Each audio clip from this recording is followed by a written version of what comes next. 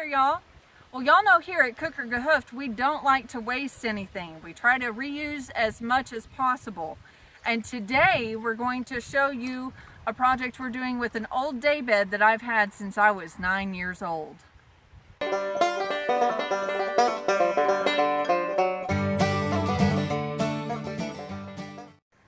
So this is what we're doing with the wooden portion of that daybed. Our plan is to put some tin sheet metal, reusing from what blew off of our walkway going to the barn, on the top, at least one sheet of it, so that it provides some shade when the sun is directly overhead.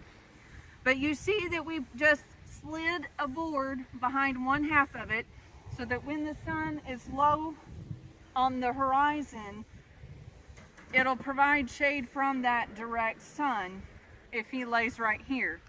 But we left this side open so that there's adequate ventilation, because here in Texas on summer evenings it can get kind of still and stifling, and we don't want it to be a completely enclosed area. So that's our plan for reuse for the wooden portion of the bed. Let's go check out what we did with the metal frame portion that usually holds the mattress. We have this red Bisbee cowpea that's a trailing cowpea, and it's doing great where it's trellising over the archway, but here it's not really trellising along anything, and it's kind of taking over. The poor okra just has not done really well. Now in some ways the peas may be shading it, but overall we just think it would be better to get it up and vertical so that hopefully the okra has a little more of a chance. Maybe also this tomato or tomatillo, whichever it is, because now it's kind of looking more like a tomatillo than a tomato. I'm not sure where that would have come from, but you know, it's at the compost pit, so anything could come up. We did make a makeshift small trellis here, but now we know for next year that's really not adequate to contain red Bisbee cowpea. Here is the bed frame, and essentially we're planning on using it in its upright position. Now whether we're going to leave it directly on the ground, kind of like what you're seeing now, or if we're going to elevate it, we haven't decided yet. Our plan is to take that bed frame and put it right here, hopefully between the red Bisbee cowpea and the okra, stabilize it with a T-post at each end, basically continuing from the edge of this archway to the end of the row for the cowpeas, and then encourage it to grow upwards instead of outwards. Ooh, y'all, when it rains, it pours. So we were coming back to show y'all what we were going to be doing with the metal frame from the daybed, and come to find out our two goats had gotten out of their pen.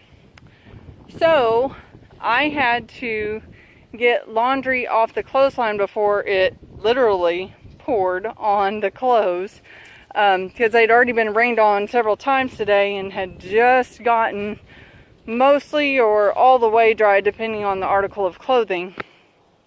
So then Justin was working on cutting some branches in the goat's pen to entice them to come back in, which thankfully worked because they got out onto the neighbor's property, not onto ours. And that would have been really difficult to chase them down. But thankfully they're in. Now let me take you over to Justin to show you what he's working on. Hi, Astro. Hi, Chief. What y'all doing getting out of the pen? Were you the leader instigator, Mr. Astro? Did you get out first, big boy? Astro. So here Justin goes. He's about to mend the fence. Thankfully, we still have fencing. They just pushed their way through, and Justin feels we'll be able to fix it with T-posts. If you'll come over this side. Alrighty. So basically what they ended up doing is, because this fence is bent that way instead of around the pole, they were able to push it right here.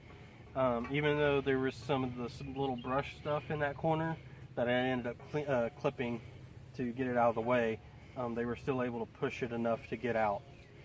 So really at some point we need to wrap it around the other direction. Okay. At some point. But the problem is there's barbed wire fence from the property next to us that's kind of right there. That's going to make it really hard to try to bend that around. So we'd probably need to snip our fence, this extra, where the barbed wire comes across, and that way we fold it on top of each of the layers of barbed wire. Yep. But that's another project for another day. Not today.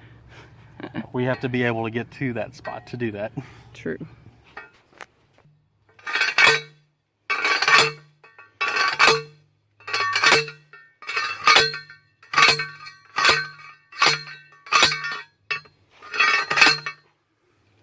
Look at my hubby use those muscles.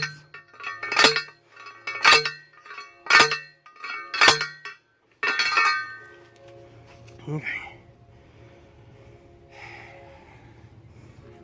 And the boys are contentedly eating leaves. For now. It looked like they were wanting to come back this way. So we'll do the other pole, and then... Which I'll probably do... Hold on. Here, maybe a little bit further this way. No, that looks about right to keep them from getting out. So, but I wanted to give an extra posting in between to hopefully they don't push out the fencing.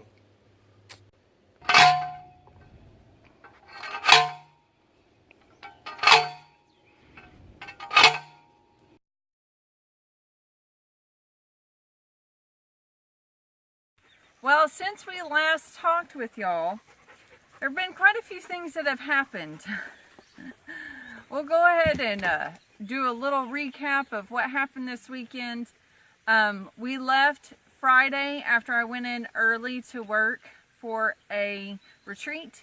If you saw our Instagram posts, there was a really good acrostic for leadership. If you haven't had a chance to check that out, make sure to go to our Instagram account and see what that's all about. Please check the description below and it'll give you the direct link to that Instagram account. So we got home Saturday afternoon, and because it was the heat of the day, we went ahead and took a nap inside with the air conditioning on, and then we went out to feed the animals that evening. Come to find out, the rabbit Carrot that we'd been keeping an eye on was covered in ants, and his eyes were closed, and he had some goo coming from his eyes. So we got the water hose to spray him down because that was the quickest way we could think of to get the fire ants off of him. And he opened his eyes at that point, and we realized he must have gotten stung by ants many times in his eyes. We could tell he was already in pain. We put him down because we didn't want him to suffer. So that was a very depressing way to come home. And then this morning, Monday morning, before I was about to leave, we heard our dog barking in a way that he usually doesn't. So we rushed out of bed, came outside, and there were 2 pit bulls in our yard. Well, we realized it was one of our neighbor's dogs, and when we were trying to call Colt inside the house so we could bring him through the house to put him in the backyard so that there wouldn't be any kind of dog fight, we found out that the dogs were actually being friendly with us. Don't worry, Colt was not harmed. It doesn't sound like they got into any kind of fight. The dogs weren't interested in fighting him. They were interested in chasing cats, but they didn't harm Colt. And so we got him in the backyard mostly so that he wouldn't continue barking at them and instigate some sort of confrontation. And then it took a while for us to get them back to their home. So they're now at home. Their owner is working on taking care of whatever repair or whatever needs to be done on the fence to keep them in. Our gate was closed, but our gate is kind of made so that it keeps our dogs from getting out more so than keeping dogs from getting in if they so choose to push on that metal panel. So that started off our morning this morning. So I ended up staying home, and we've been working on getting Malachi's room ready for him. I want you to see that Colt and Jane are getting along just great. Right, Colt? Yeah, it's a good puppy. Yeah. Right, Jane. Jane.